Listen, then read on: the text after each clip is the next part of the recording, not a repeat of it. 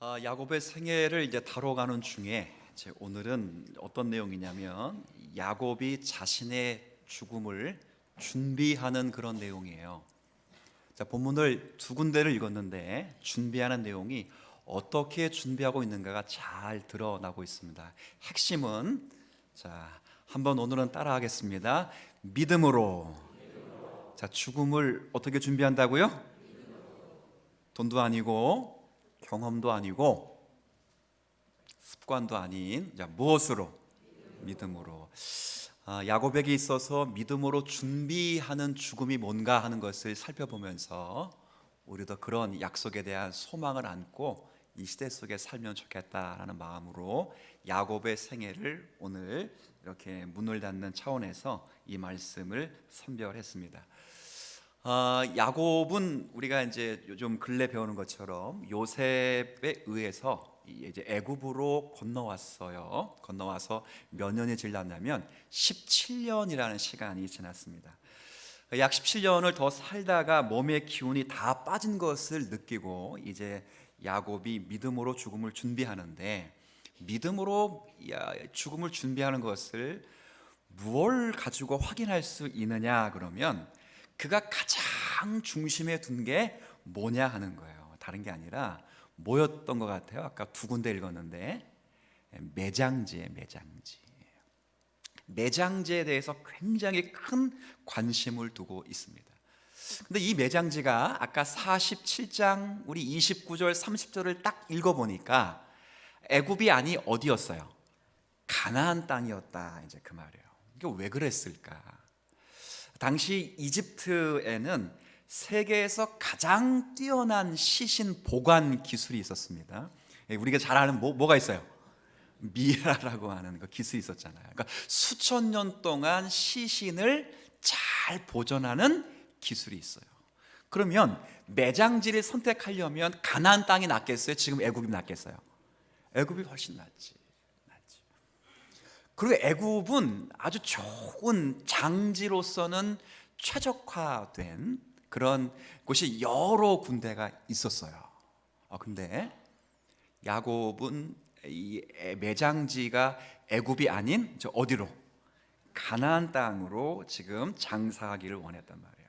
근데 게다가 더 재밌는 건 이 일이 분명히 이루어져야 된다 하는 것을 확신받도록 하기 위해서 야곱의 허벅지 아래 뼈, 여기 쉽게 설명하면 생식기 바로 밑이에요. 그 밑에다가 아들 요셉의 두 손을 집어넣고 맹세까지 시키는 거예요. 이게 무슨 말 같아요? 생식기 밑에다가 맹세를 받는 건 다름이 아니라 후손을 두고 뭐 하는 거? 맹세하는 거예요. 목숨을 걸고 지켜야 될 약속이라 그 말이죠. 그러니까 옛날에 어릴 때 우리 누구 막 친구들하고 맹세할 때 그 누구 이름 걸었습니까? 엄마 이름 걸고, 그죠? 가잖아요. 하나님은 누구 이름 걸고 맹세하시죠? 하나님은 하나님보다 크신 분이 없으니까 자신 이름 걸고 맹세하시는 거고, 그렇죠? 야곱은 지금 야곱의 그 이름으로 그리고 자기의 허벅지 뼈에 집어넣어서 반드시 후손이라고 하는 이 이름을 걸고 맹세를 시키는 거야. 요셉이 그렇게 하기로 했다 그 말입니다. 우리 여기서 하나 먼저 생각할 것은 야곱이 죽을 기한이 가까웠을 때 그가 가장 원했던 것은 뭔가? 어느 땅?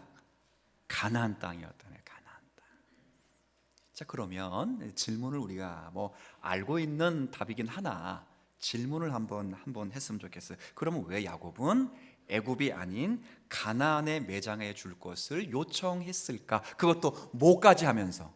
맹세까지 하면서. 굳이 맹세할 필요가 있어요, 그거? 그렇게 할 필요 없잖아요. 근데 단순히 매장지의 문제는 아닌 것 같아요. 그렇죠? 아까 보니까 가나안 땅보다 어디가 훨씬 낫다? 애굽이 낫잖아요. 물론 그 이스라엘의 문화에는 가나안 땅이 더 나아 보일 수도 있어요. 문화 자체가 그렇다면 이런 거 있잖아요. 살아서는 진천 땅에, 죽어서는 용인에 묻히는 거잖아요, 그죠? 그런 말도 있잖아요. 그만큼 그 좋은 땅이 가나안 땅에 매장지가 있기 때문에 그렇게 이야기할 수도 있겠어요. 근데 그런 문제가 단순히 아니에요. 맹세까지 하고 후손의 이름을 걸고 맹세를 했다는 건 이건 야곱이 죽음에 이르러까지라도 가나안 땅을 통해서 이루시는 하나님의 약속에 대해서 그가 조금도 의심하지 않았다는 것을 보여주는 거예요. 자, 어떤 약속인가? 창세기 12장부터 15장 계속 나타나는데 가장 가깝게 야곱의 생애 속에서 가장 가깝게 나타나는 약속 하나 볼게요. 46장 한번 성경 한번 펴보세요.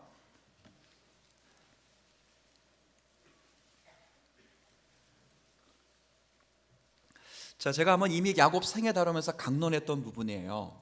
야곱이 요셉이 살아있다는 이야기를 듣고 요셉이 아버지에게 관용차를 보냈잖아요. 그래서 애굽으로 내려가기 직전에 이걸 내려가야 되느냐 말아야 되느냐를 하나님께 물어볼 때 하나님 약속하신 장면이에요.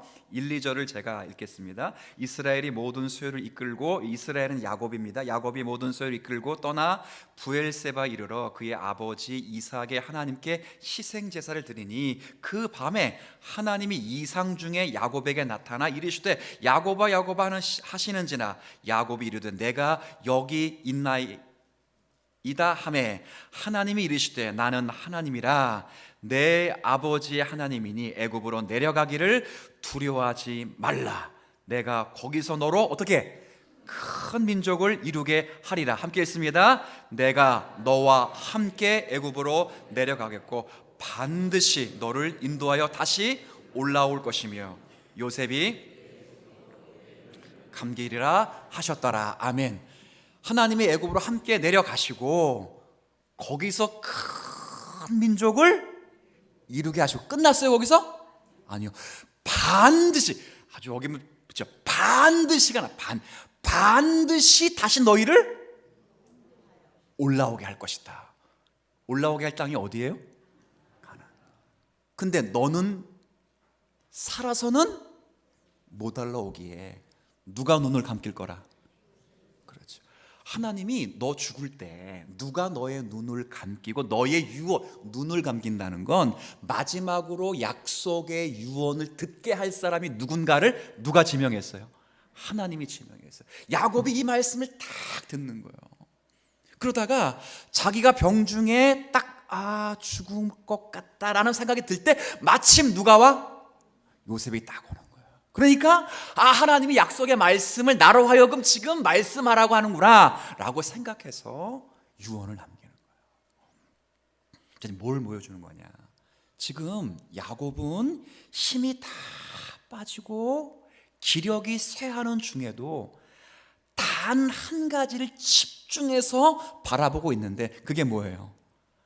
하나님의 뭐지요? 언약의 말씀, 약속의 약속. 제가 가끔 말하지만 이게 쉽지 않아요. 여러분 살아있을 동안에는 저도 자신 있다고 말하지만 실제 그 자리에 가서 그 약속을 신실하게 붙잡는다는 건 장담하기가 좀 어려워요. 뭐냐면 지금이야. 내가 마지막에 가서는 아주 명쾌하게 하나님께 영광 올려드리며 죽음을 맞이하리라 라는 마음을 갖고 있지만 막상 임하면 막 두려울 수가 있어요 없어요? 있어요 사실은. 제가 왜 그러냐면 그런 경우를 많이 봤어요.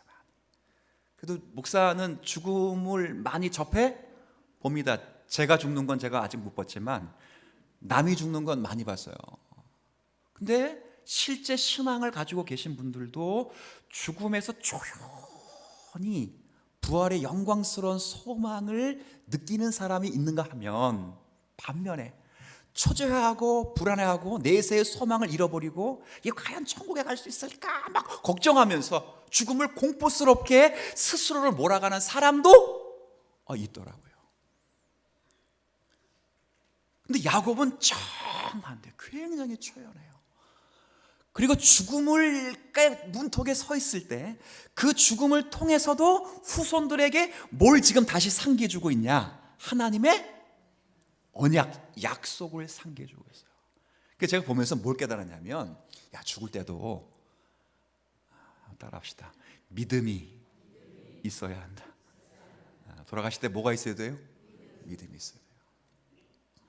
제가 아직 죽는 것 갖고는 기도 안 했습니다. 제가 여러분 말고 저 우리 위해서 살아갈 날이 좀 아직 많이 있겠구나 싶어서 아주 죽는 건데 얘기하는, 제가 지금까지는 배우자를 위해서 기도했습니다. 그러니까 좋은 사람 만났잖아요. 그리고 계속 기도하는 건 저의 명예스러운 은퇴를 위해 기도해요. 그 이거는 목사들이 성경에 그런 말씀이죠. 내 시작은 미약했으나 내 나중은 심히 창대하리라. 근데 목사인 경우는 거꾸로가 굉장히 많아요. 시작은 굉장히 창대한데 나중은 뭐 욕망이 얼마나 들어갔는지 뭐 어떻게 해가지고 욕심으로 끝나는 경우가 굉장히 많더라고요. 기도해요. 그래서 명예스럽게 은퇴하게 하여 주옵소서. 기도해 주세요. 우리 목사님 명예스럽게 은퇴할 수 있도록 도와주세요. 또 기도 너무 열심히 해가지고 빨리 은퇴하게 해주세요. 이렇게 기도하지 마시고 빨리 은퇴하게. 이렇게. 아직 저는 목회가 지금 뭐 가진 것도 별로 없고 그런데 힘도 별로 없어 보이잖아요. 근데 저는 목회가 즐거워요. 아니 믿으시지는 않습니다. 그죠? 즐겁다. 굉장히 즐거워요. 그러니까 아주 좀 남아있는 것 같아. 근데 중요한 건 뭐 언제든지 관계없어요. 일찍이든 나중에든 관계없는데 하나님 명예스럽게 은퇴하게 해주세요. 근데 제가 오늘부터 설교 준비하면서 어제부터 더 기도해야 될 건 뭐냐, 죽음을 위해서도 기도해 주고 싶어요. 하나님, 죽을 때 믿음을 잃지 않게 하여 주옵소서. 내 후손들에게 나의 얼굴빛과 내 말로 인하여 하나님이 살아계심이 증거되게 하여 주옵소서. 겉사람은 날로 후패하나 속사람은 날로 새로워지게 하시고, 죽음이 단순히 공포가 아니라 성화의 마지막 단계인 영화의 입문인 줄 알고 영광스러운 모습으로 주님을 맞이하게 하여 주옵소서. 놀라운 건 저만 기도하는 게 아니더라고요. 제가 예전에 한 분이 그런 고백을 하면서 들을 때 눈물이 쬐끔 나오더라고요. 자기 부모님을 위해서 기도해 주시는데 부모님이 침에 걸려서 혹여라도 부지 중에라도 예수님을 잃어버리는 일이 없도록 하나님 그의 말년을 지켜 주옵소서. 눈물이 나 안 나요? 나요. 자녀들 위해 기도해 주세요. 자녀들도 부모 위해 기도해 주셔야 돼요. 건강이 너무 쇠약해지셔서 통증이 너무 심해서 그 통증 때문에 천국의 내세 소망을 혹 단 한순간도 잃어버리는 일이 없도록 하나님 붙들어 주세요. 그런 기도들이 얼마나 좋겠어요. 마틴 로이준스 목사님이 말년에 암이 걸렸어요. 대설교자, 대복음주의자가 말년에 암이 걸려서 투병하는 중에 이제 도저히 살아갈 수 없겠다라는 생각이 들 때 영국에 그분의 영향을 받았던 모든 목회자들과 수만 명의 성도들이 웨스트민스터 채플 사원에 모였어요. 그의 죽음을 임종을 앞두기 위해서. 각 교회마다는 로이드 목사님이 더 살기를, 왜? 책을 집필하는 중이었거든요. 또 수십 권의 책을 이미 썼지만 또 한 권의 책을 집필하는 중이었고, 아직도 그의 강해가 끝나지 않은 성경이 있었거든요. 그러니 더 살게 해달라고. 그때 가장 옆에서 아내가 지켰어요. 그 아내에게 딱 한마디를 하는데 말이 안 튀어나와서 손바닥으로 아내에게 손바닥에 글을 썼어요. 내 치유를 위하여 기도하지 마세요. 영광스러운 죽음을 막지 마세요. 좀 뜨끔하지 않아요? 영광스러운 죽음을 맞지 마세요. 로이드 목사님의 그 마지막 유언은 그 죽음이 임박한 자리에 있던 수만 명의 성도들에게 큰 울림을 주었어요. 죽음이 단순히 공포와 두려움이 아니라 마지막 영화의 자리에 이르는 마지막 관문이어서 영광스러운 자리로 초대하려는 하나님의 은혜의 자리로구나. 여러분, 그런 은혜로 마지막 여러분들이 생을 마감할 때 여러분들이 후손들에게 마지막 언어, 마지막 표정, 마지막 행동으로도 하나님의 약속의 말씀을 상기시킬 수 있는 우리 기존 세대가 되기를 주의 이름으로 축복합니다. 그래서 그의 믿음은 제가 볼 때는 한번 따라와 볼게요. 역사하는 믿음. 이게 굉장히 중요한 것 같아요. 자, 믿음은 뭐냐? 믿음은 세 가지가 반드시 있어요. 하나는 동의, 두 번째는 확신, 세 번째는 신뢰예요. 지정이거든요. 이건 뭐 중요한 게 아니에요. 지금 그거 얘기하는 게 아니에요. 그러니까 믿음의 내용은 동의가 있어야 되고, 그 다음에 확신이 있어야 되고, 신뢰가 있어야 되는 거예요.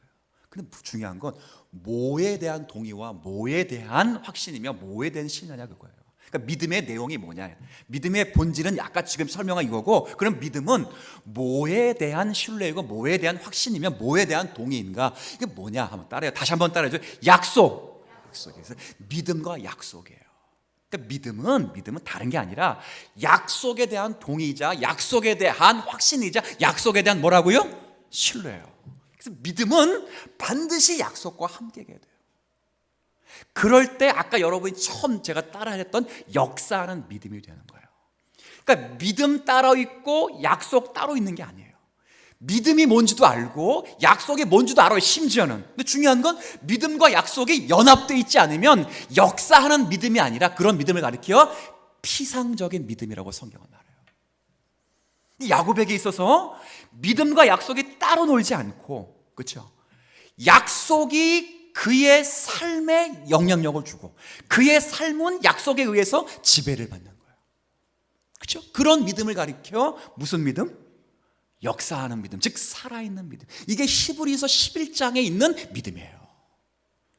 히브리서 11장을 다 읽어보세요. 히브리서 11장의 믿음은 믿음의 정의를 이야기하는 게 아니에요. 믿음이 얼마나 살아있느냐, 있었느냐, 그 믿음이 약속과 함께 어떻게 부합되는가를 설명하는 거예요. 자, 십자가로 한번 예를 들어볼게요. 갈라디아서 5장 말씀 제가 2장 말씀을 적어왔는데 한번 앞에 있는 거 한번 보세요. 자, 여러분 한번 죄송하지만 읽어주시겠습니다. 시작. 내가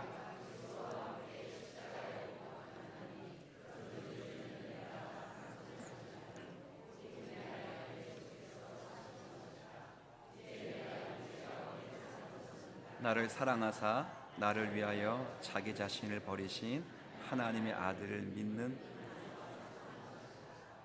아멘. 자, 일단 빨간 글씨를 먼저 연결해 볼게요. 사도 바울의 고백입니다. 나 그리스도와 함께 십자가에서 뭐 했다? 죽었다. 죽었다. 그래서 이제 어떻게 한다? 믿음으로 산다. 죽었는데 살고 있어요, 지금. 그죠? 자기 존재가 없어진 게 아니에요. 그죠? 지금 나 죽었다. 그런데 이제는 죽어서 뭐 한다? 믿음으로 산다. 믿음으로 산다는 내용이 뭔가? 제가 친절하게 밑줄까지 쳤잖아요. 뭐 읽어주세요. 시작.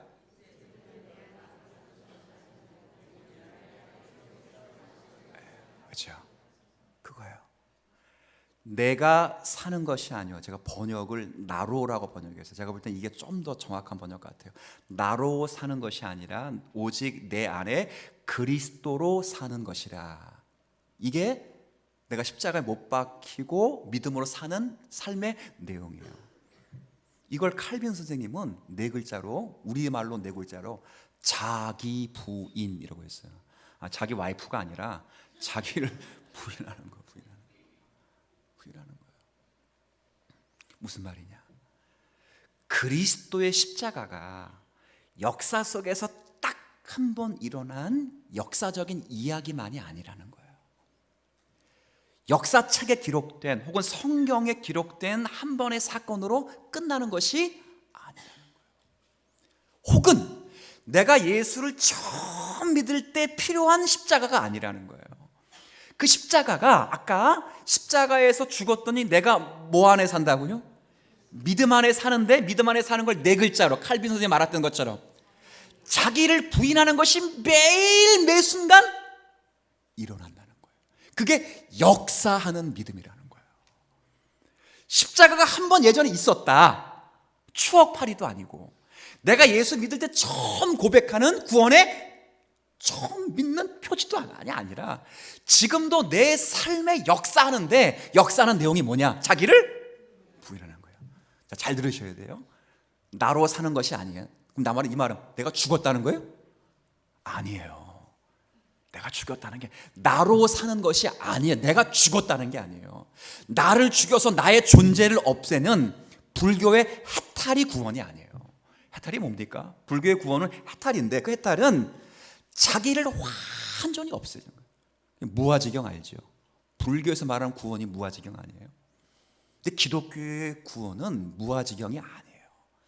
나를 죽이는 게 아니고 옛 자아를 죽이고 새 자아로 사는 거예요. 바울의 표현처럼 나로 사는 것이 아니라 내 안에 누구로 산다? 그리스도로 사는 거예요. 사는 건 똑같이 누구요? 예전에도 내가 살았고 지금도 내가 살았는데, 예전의 옛 자아는 나로 말미암아 살다가 지금의 새 자아는 누구로 말미암아? 그리스도의 약속의 말씀으로 사는 것, 십자가로 사는 것, 이것이 구원받은 백성의 삶이라는 거예요. 이해되셨어요? 내가 죽는 게 아니에요. 내가 죽는 게 아니야. 내가 죽는다라고 우리가 의인화 서서 쓰는 건 다른 게 아니라 자기 부인을 이야기하는 거예요. 자기 아집을 꺾는 거예요. 자기를 지향했던 옛 자아들을 전부 매장시켜버리고 삶의 가치관이 바뀌어서 하나님을 의지하고 하나님을 사랑하고 하나님께 모든 관점과 비전을 두면서 삶이 재편된 삶을 살아나서 그리스도를 아는 것에 대적하는 모든 것을 복종하여 그리스도에 복종하고 하나님 앞에 더 순전한 믿음으로 살아가게 하는 것, 이게 살아있는 믿음인 줄 압니다. 야곱에게 그 믿음이 있는 거예요. 야곱에게. 그래서 47장을 우리가 읽었고 49장을 읽었잖아요. 49장에 보면 끝끝내 가나안 땅 어디라고 아예 지정을 했어요. 그게 뭐죠? 막벨라. 그냥 참 이름 좀 어렵지만 그냥 뭐 외울 필요는 없어요. 막 배버린다 그래서 막벨라는 아니에요. 네. 뜻은 있는데 막벨라라는 곳이에요. 근데 여기다 나를 매장해달라 그랬어요. 여기가 어딥니까? 가나안 땅이죠. 근데 이곳에 누가 있죠? 아까 읽어보니까 아브라함과 할아버지 할머니 있고 아버지, 그렇죠, 이삭과 엄마 있고 또 누가 있어요? 사기가 결혼했던 레아가 있는 거예요. 신약 성경 딱 읽어보면 이분들 다 못 따라 산 사람이에요. 살아있는 믿음 역사 따라 산 사람이에요. 하나님을 그들을 어떻게 인도하셨는지, 그들이 그 믿음의 여정 속에서 어떻게 살아왔는지는 우리는 성경을 통해 너무도 잘 알아요. 살아있는 믿음의 역사를 통해 살아갔어요. 약속의 말씀은 그의 삶에 영향을 미치고 삶은 그 약속의 지배를 받으면서 한 걸음 한 걸음 살다가 마지막에 묻힌 곳이 바로 거기에요. 근데 놀라운 건 이 막벨라 굴을 딱 처음 산 사람은 누구예요? 아브라함이야, 아브라함. 근데 아브라함, 여러분, 아브라함이 처음 소명받았을 때 창세기 12장에 보면 하나님이 아브라함에게 뭐라 불렀어? 네 고향, 아버지, 친척, 본토집을 떠나 내가 너에게, 그렇죠, 바뀐 성경에는 보여줄 땅으로 가래. 보여줄 땅이 어느 땅입니까? 가나안 땅이에요. 내가 거기서 큰 민족을 이루리라. 근데 지금 야곱 때까지 민족 이뤘어요, 못 이뤘어요? 못 이뤘다고요. 그럼 아브라함 때는 더 못 이뤘죠. 그런데 반드시 그 약속이 자신은 이루어질 것으로 믿고 딱 한 곳을 산 곳이 어디예요? 자, 물어보겠습니다. 한번 대답해 보세요. 아브라함이 돈이 많았을까요? 적었을까요? 다수결로 하면 안 될 것 같고, 왜냐하면 좀 대답하는 게 반반이에요. 후라이 반, 뭐 양념 반처럼 반반인데, 아브라함이 돈이 무진장 많았어요. 무진장. 부러워요? 따라합시다. 부러우면 지는 거야. 아브라함은 돈이 무진장 많았어요. 근데 무진장 많으면 우리 생각은 이 땅도 사고 저 땅도 사고 이 땅도 사고 저 땅도 사고 주식도 하고 펀드도 하고, 그죠? 아닌가? 이 아파트 사고 저 아파트, 몰라, 난 여러분이 얘기했기 때문에 들은 거니까. 그냥 돈 많으면 그래요. 내 돈이 무지 많은데 딱 하나 샀다고, 딱 하나. 어디? 막벨라 뒤에 말이 하나 더 있어요. 막벨라 밭에 또 어디? 따라합시다. 굴. 돈 주고 굴 사는 사람 손 들어보세요. 나는 돈 벌기 위해서 산 샀다. 그런 사람 없어. 그냥 누가 물려주니까 갖고 있는 거지. 우리 교회에 어느 한 분이 헌신해서 이렇게 거기 어디죠? 지방 이름이? 전라도인데 거기 장흥? 고흥? 고흥 뭐 거기에 샀는데 가봤어요. 산이야. 놀라운 건 땅값이 안 올라. 단 1원도 안 올라. 2,000평이나 되는데 800만 원밖에 안 돼. 그 제가 살 수 있을 것 같아. 놀라운 건 10년 전에도 800만 원, 지금도 800만 원, 10년 후에도 800만 원이야. 뻔해. 누가 산을 사요? 누가? 길도 없는 맹지산을. 산은 샀다 칩시다. 근데 산을 산 게 아니고 여우집을 지으려나 보다. 아니에요. 야, 니네 하나님이 아브라함에게 나중에 집에서 읽어보세요. 창세기 15장에 보면 네가 430년이 차면 애굽에서 야곱으로 시작해. 야곱이 애굽으로 이주한 지 딱 430년이 차면 너희들이 큰 민족을 이루고 반드시 약속의 땅인 가나안 땅으로 돌아오게 할 것이다. 그래서 땅을 사는 거예요. 보세요. 땅을 샀는데 가나안 땅을 다 사면 소용없지. 옛날엔 땅 따먹기 전쟁 아니에요. 필요도 없는 거예요. 그래서 땅 따먹기 전쟁하지 않는 뭘 샀다고요? 굴에다 묻으면 누가 뭐라 안 그래. 그렇잖아요. 아브라함의 땅이다 그런데 가보니까 지금은 다른 사람이 땅 주인이야. 싸움 나는 거지 지금. 엄청 싸움 나지. 자기가 뺏었는데 지금? 그렇잖아요. 이스라엘과 팔레스타인이 왜 이렇게 전쟁합니까? 지금 내 땅인데, 아니 원래 우리 땅인데, 아니 지금은 내 땅인데 싸우는 거잖아요. 간단해. 땅 때문에. 이스라엘은 원래 우리 땅이라는 거고, 팔레스타인이 지금 우리가 살고 있는 땅인데 누구 말이 맞아요?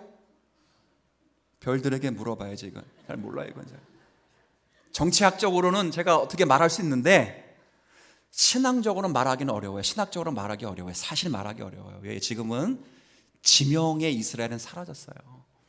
실제 땅의 이스라엘은 그 의미에서 로마서를 읽어보세요. 영적 이스라엘로 있어요. 저와 여러분들은 영적 이스라엘이에요. 그 땅은 이제 영토가 아니라 하나님의 주권으로 바뀌어서 하나님이 통치하시는 어느 자리든 하나님의 나라가 이미 임한 줄 믿습니다. 그거예요, 그거. 그런데 굴은 안 건드리는 거예요. 그래서 계속 바라보도록. 후손 430년이 차기까지 계속 후손들이 바라보도록. 할아버지도 아버지도 자기도. 그리고 아까 46장 마지막에 누가 자기 야곱의 눈을 감긴다 그랬어요? 요셉에게 마지막 유언을 주고 가장 영향력이 있는 요셉에게 성문화할 수 있도록 요셉에게 그 유언을 해서 자신이 반드시 돌아가야 될 곳이 가나안 땅이라는 걸 약속하고 상기시키는 거예요. 제가 땅 얘기하려는 게 아닙니다. 하나님의 약속의 말씀이 지금 우리 가운데 살아있고 역사하는 믿음으로 체득화되고 있는가를 묻는 거예요.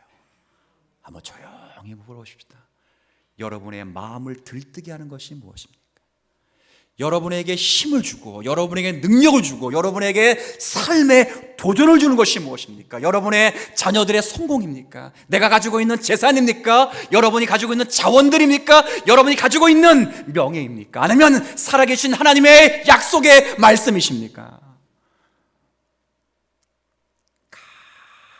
간절히 촉구하기는 재산은 없어지고 내 건강은 쇠약해지고 내 후손은 밑으로 더 꺼져갈지라도 살아계신 하나님의 약속의 말씀은 영원 무궁토록 살아있는 줄 믿으셨으면 좋겠어요. 그 말씀이 여러분의 삶을 이끌어요. 삶을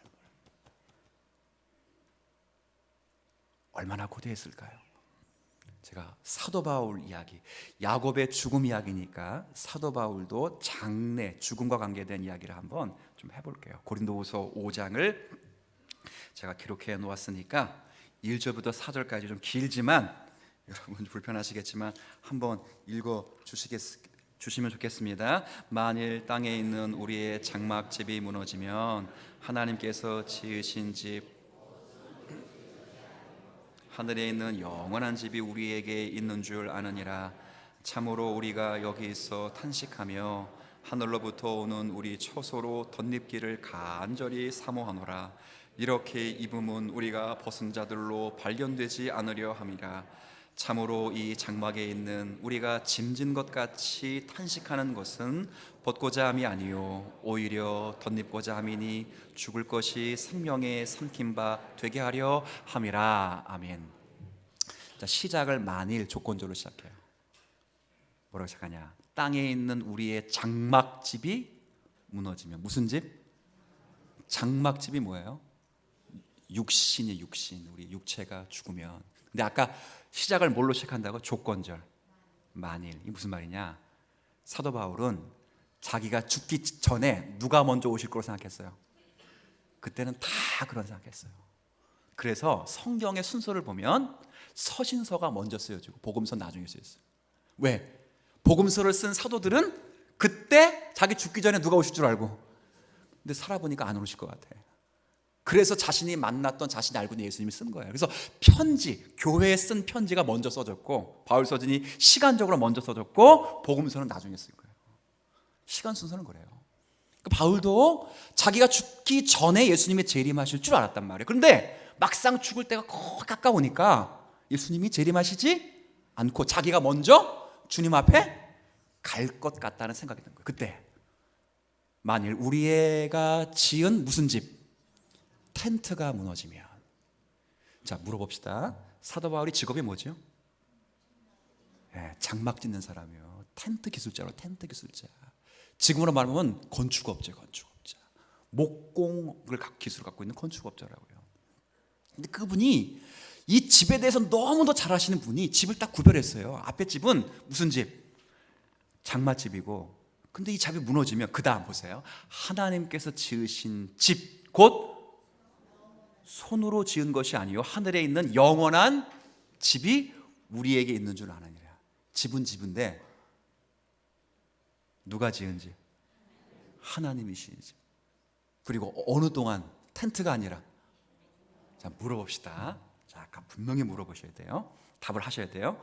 속으로 하셔도 돼요. 그냥 아까 장막집이 뭐라 그랬어요, 여러분?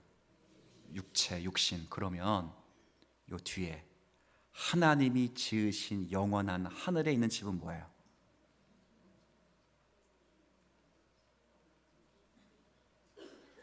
갑자기 말하니까 대답을 못 하시는 그럴 수 있어요. 앞이 육체라면 뒤에는 영광스러운 부활의 몸이에요. 천국이 아니라. 아셨어요? 내 영혼이 쉬는 천국이 아니라 내 영혼과 육체가 그리스도처럼 바뀌어 그리스도와 영원토록 교제를 누리는 삶, 그 삶을 바울이 꿈꾸고 있는 거예요. 그래서 믿음이 삶에서 역사되니 그 다음 빨간 것이 두 번에 뭐라고 되어 있습니까? 탄식하는 거예요. 이 탄식은 그가 살아갔던 삶이 너무 고단해서 그게 아니에요. 죽음이 너무 두려워서가 아니에요. 그 영광스러운 부활의 몸이 너무 소망으로 다가와서 그 약속이 너무 본인에겐 갈망스러워서 탄식하는 거예요. 성령께서 탄식하시면서 오라 나는 곤고한 사람이라, 이 사망의 몸에서 누가 나를 건져내라는 마음으로 탄식하는 거예요. 성도는 이런 탄식이 있어야 돼요. 힘들어 죽겠다, 빨리 끝내고 싶다, 이런 탄식이 아니라 내가 그리스도의 영광스러운 부활의 몸을 입으면 더 이상 죄를 짓지 않고 죄가 생각나지도 않고 그리스도의 장성한 분량에 되어 그리스도를 만지며 그리스도와 함께하며 그리스도와 거닐며 최초의 에덴 동산처럼 하나님과 영원히 교제하는 은혜를 누리게 될 것이다. 그렇죠? 그 마음 가지고 세상에서 뭐 한다고요? 그날이 빨리 돌이 될 걸 믿으며 탄식하는 거예요. 여러분, 이 탄식이 있어요? 여러분의 끙끙거림이 있습니까? 이 탄식이 없다면 미래에 대한 영광과 갈망이 없는 것이고, 이 미래에 대한 영광과 갈망이 없다는 것은 미래의 영광의 확신이 부재한 거예요. 미래의 영광의 확신이 부재하다는 것은 예수를 잘 알지 못하기 때문인 거예요. 바울이 뭐라 말합니까? 읽진 않았지만 바울의 표현을 빌면 그리스도 얼굴 안에 있는 하나님의 영광을 우리가 보았다 그랬어요. 그 영광을 보았기에 바울은 주어진 일생 속에 그 영광스러운 몸으로 바뀌는 자리까지 따라가기 그렇게 수고하는 거예요. 사랑하는 성도 여러분, 저와 여러분의 생을 주관하고 있는 하나님의 말씀이 얼마나 큰 효력이 있습니까? 여러분이 약속을 소유한 것과 그 약속을 신뢰하는 것은 다른 거예요. 그래서 소유하고 있는 믿음은 그냥 피상적인 믿음이 될 수 있고, 약속을 신뢰하는 믿음은 그래서 역사하고 살아있는 믿음이 될 수 있는 거예요. 야곱의 이 살아있는 믿음의 역사가 오늘 우리에게도 동일하게 있게 되기를 기대했으면 좋겠어요. 마지막 한 구절만 더 읽고 마칠 거예요. 바로 5절이에요. 아까 4절까지 읽었잖아요. 여러분 5절 함께 읽습니다. 곧 이것을 우리에게 이루게 하시.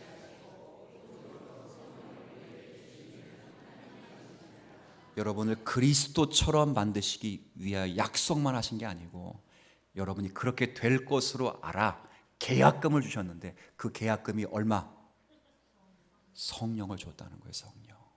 성령이 여러분 가운데 오시면 여러분은 즉시 그리스도의 중생된 은혜를 누려 옛 자아가 죽고 새로운 자아로 성향의 변화가 된 사람이 되게 되고, 그 그리스도가 여러분에게 그리스도의 말씀을 판명하게 알려주실 뿐 아니라 그 말씀이 심령 속에 살아있도록 역사하는 거예요.